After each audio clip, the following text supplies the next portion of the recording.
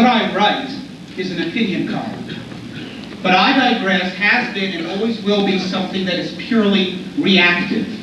I see something that's out there and I comment on it. Now, when Image puts forward an opinion, what I'm doing is responding to that opinion. When they say, well, we're going to do this, I say, well, if this, then that. When Eric Larson writes, well, up until now we've been holding back, I am perfectly free to write a column that says, what the hell do you mean by that? What have you been doing up until now? Dogging it? Now, since I'm an opinion columnist and not a news writer, there is no onus upon me to pick up the phone and say, you know, Eric, this makes no sense. Would you care to explain what the hell you meant? No, the people who wrote the press releases for them should have done that. Eric should have done that. What I do is I see the public face that they are presenting, and I interpret it. And I try to see whether it holds up under logical scrutiny, which I'm sure is, unfortunately, what has probably confused my esteemed opponent. Now, when Image first came out, the thing that they would all have you forget is that when there was a gap in my knowledge about Image, namely the deal that was set up between them and Malibu, I called Dave Ulrich. I had a half-hour phone conversation with him to make sure that I got everything right. And I quoted him extensively, attributing it all to Dave. That is one of the, as I said, less than 4% of the columns that I have written about them.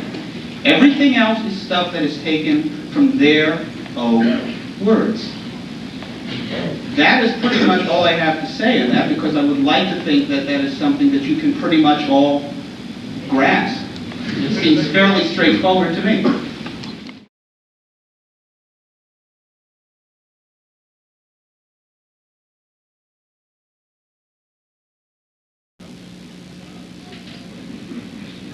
You know, Peter, I don't really care that you want to put your opinions out there. We all give our opinions. Some of us a little louder, some of us a little more helter-skelter.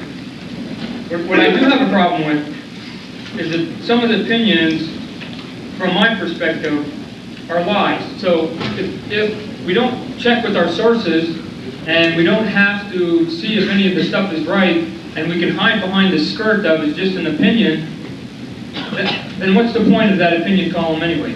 If you're going to give an opinion about whether you like the Mets, then I think that's a solid opinion. But if you're going to give an opinion on Doc Gooden, then somewhere along the line you have to assimilate some of the information. At the beginning of your column here, I didn't have to do that much research in some of your stuff, because in your last couple columns to the CBG, you open up saying, it would appear that I, who should have known better, have made the same foolish mistake that so many others have. I took Todd McFarlane at his word. Now, maybe I'm a little simple and I might have read too much into this, but I read that as you're calling me a liar. You're saying that I've out lied to people in this business. Now, again, there's miscommunication on every level. And depending on what we say, there's two sides of the story. Unfortunately, wherever I've lied to you, obviously haven't gotten the other side of the story, or I've just out and out lied. Now, what's today? Friday or something like that? What is it, Friday? Okay, here's what we're going to do, Pete. Excuse me, Peter. I'm going to go on record here. We got the cameras here. I'll put down $5,000 that will go to the Legal Defense Fund, so to go to a good charity here. If, other than Larry Stroman, who I have to tell a little fib to, if you can bring somebody in the next 7 days that I've lied to in this business, bold-faced lied to, then you can collect that $10,000 and give it to the legal defense. Because how much that? Next Friday. 5,000. Okay, yeah, 5,000. 5,000 bucks. You bring that person. You let me give the other side, and if it comes out that I straight out lied to that guy, you can have the money, because you know what? I didn't lie to anybody out here, and if you can show them, then I got a problem with the way that you word your opinion. So if we're just going to start to give opinions, Sorry. Okay, Todd. No, you're allowed to get that in there. Okay. And Peter, you obviously you have extra time to make a reply. When I'm talking about telling lies, and by the way, I should note that the piece that you're talking about that ran in CBG ran after you issued the challenge for the lies that I had supposedly been telling. So I find it interesting that the best evidence that you can try and pull out is something that happened after the challenge had already been issued. In terms, though, of lies, what I'm essentially referring to is, let's see, for example, Todd McFarlane and his description of what he wants from life and what he expects out of comics. This, I would tend to think, relates to what the non-creators, the non-originators, I should say, of Image heard when they got their books. In Comics Journal, Todd said, all I have to do is sell 5,000 copies of a comic, and I would be happy because I'm doing comics. Hero number 1, I knew we only had to sell 30,000 copies and we'd make a living. Wizard 27, I'd rather have 100,000 copies of the books put into the right hands than have 1 million copies in the wrong people's hands. The numbers start to escalate. And yet, mysteriously, at the Chicago Comic-Con, when asked about the criteria for the reason that those guys were let go, he stated, we set a standard for ourselves and the books had to sell 150,000 copies. And you know what? That's a great selling book for any other company. We don't want their books. Which brings us full circle to his Comics Journal question posed by Gary Roth, how do you measure success? And he responded, it ain't in the number of copies I sell, I guarantee you. I'm talking about internal logic.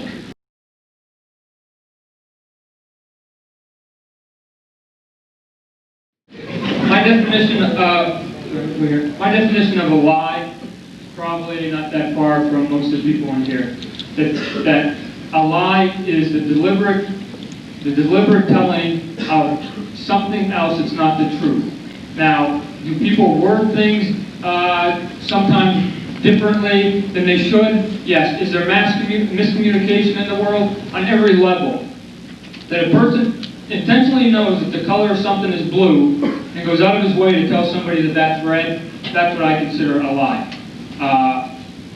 If you want an example from the, but I digress because obviously I carry them on me at all times.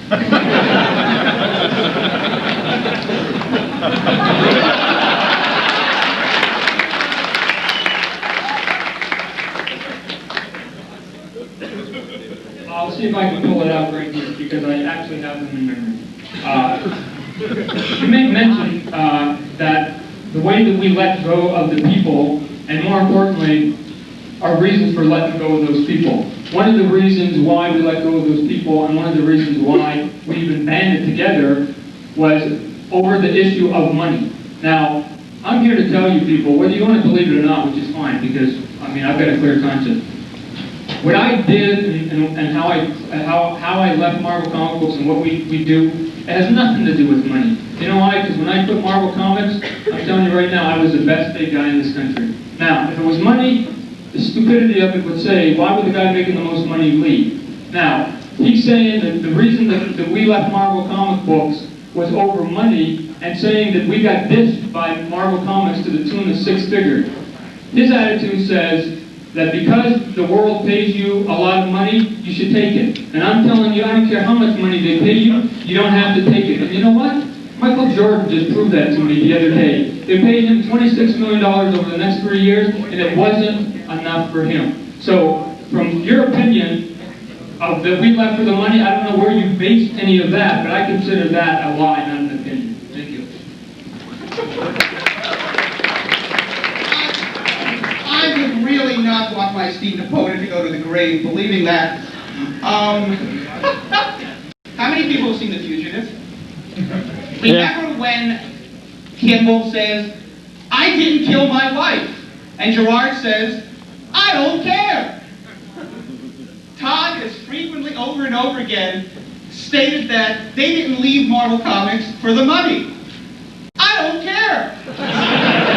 I have never said that you left purely because of the money. Maybe in the bizarro world, Todd, I said it, but not in this one.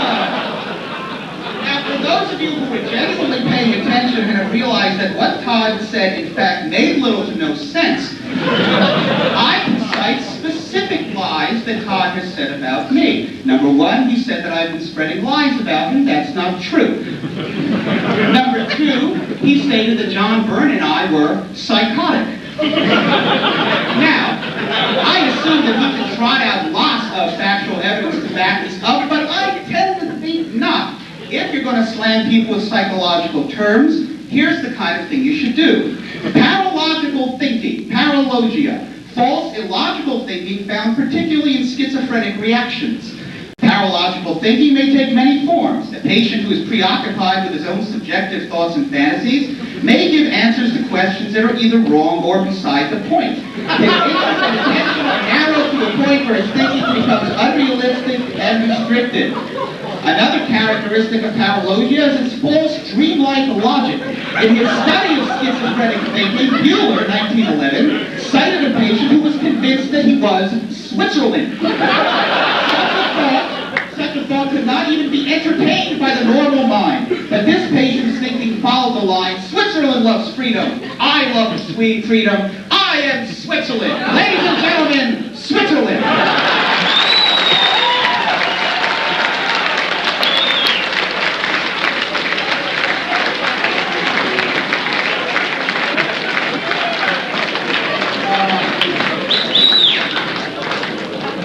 McFarlane?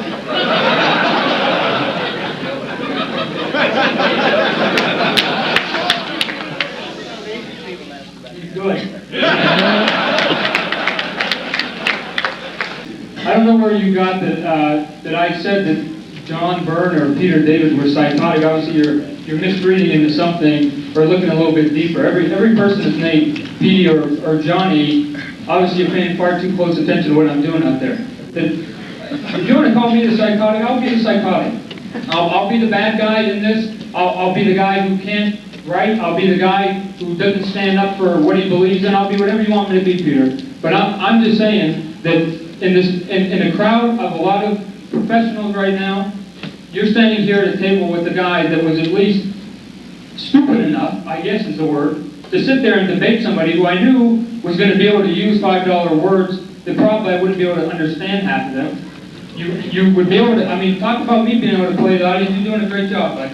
And then I feel that I will put my neck out at any time when, as a company person, you can't. I think somewhere along the line we have to acknowledge the fact that at least where we stand and where I stand right now, I can at least give opinion, even though I'm part of a company where a lot of people right now are not entitled to that. And because of that, I'm allowed to be attacked, and I enjoy it. I bring it upon myself, and I thank you for disseminating what you have to the crowd. Thank you.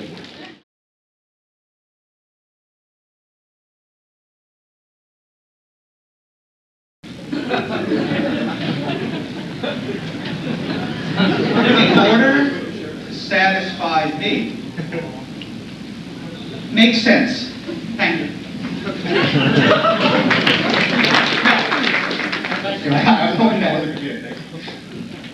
If you're waiting for me to put forward a list of things, ship books on time, do this, do that, do the other thing, it's not for me to say.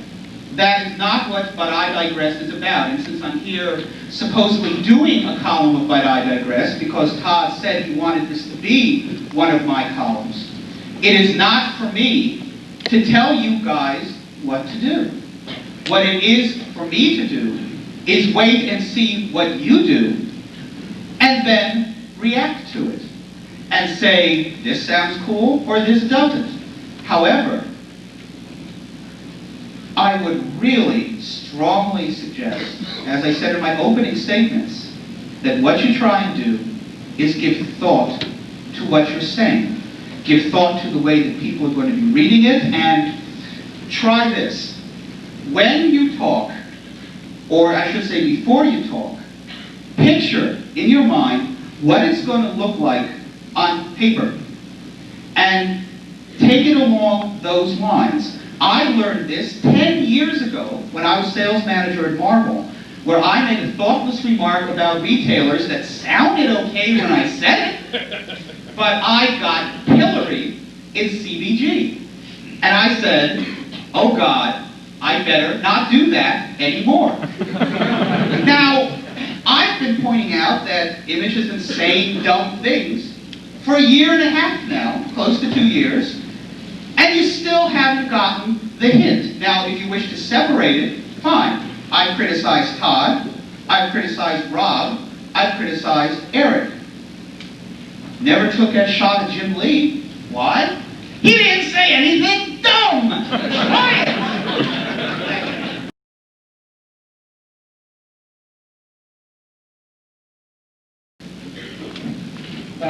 In terms of Jim Lee, may I tell you that all the rest of us ride Jim pretty much on a weekly basis because he is so liked in this industry. We don't feel that to break out and to change the rules and to stand against a lot of the things that the system stands for, that they should actually like you. I don't think you're doing your job, but the system that you hate now, that you want to break down, that you want to change completely from head to toe, likes you.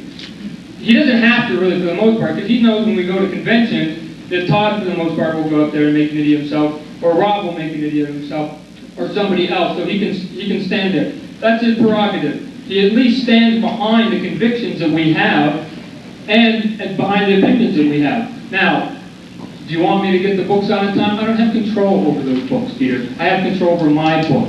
Is my book perfectly on time? No, I've never stated that it was.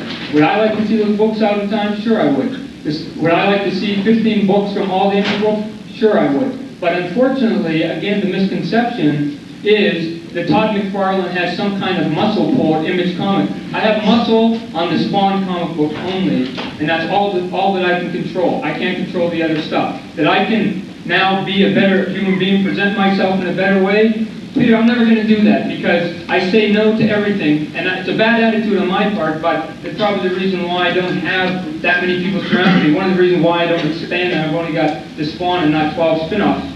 I know my own idiosyncrasies, and I've accepted those idiosyncrasies, but given that I know that I can't huddle around the people, I've been able to come up with enough friends around me that will stand by and say that the system that we fight against should not like this, and I hope the system never does like me, because then I know I'm doing my job.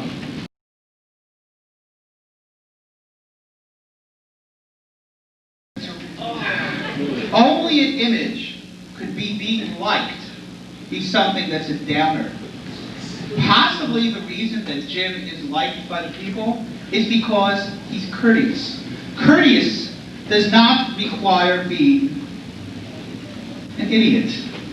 Okay? You're not a fool if you're nasty to people. It's not that people react badly to Rob Liefeld and Todd McFarlane and Eric because they're saying no and taking strides and that kind of thing. They're reacting that way because you are saying and doing things that show a complete and total arrogance and disregard for anyone who is not you. And that is what is annoying people, and that is what upsetting people. You might try acting that thing which you so stridently said in CBG that you believe in. Respect.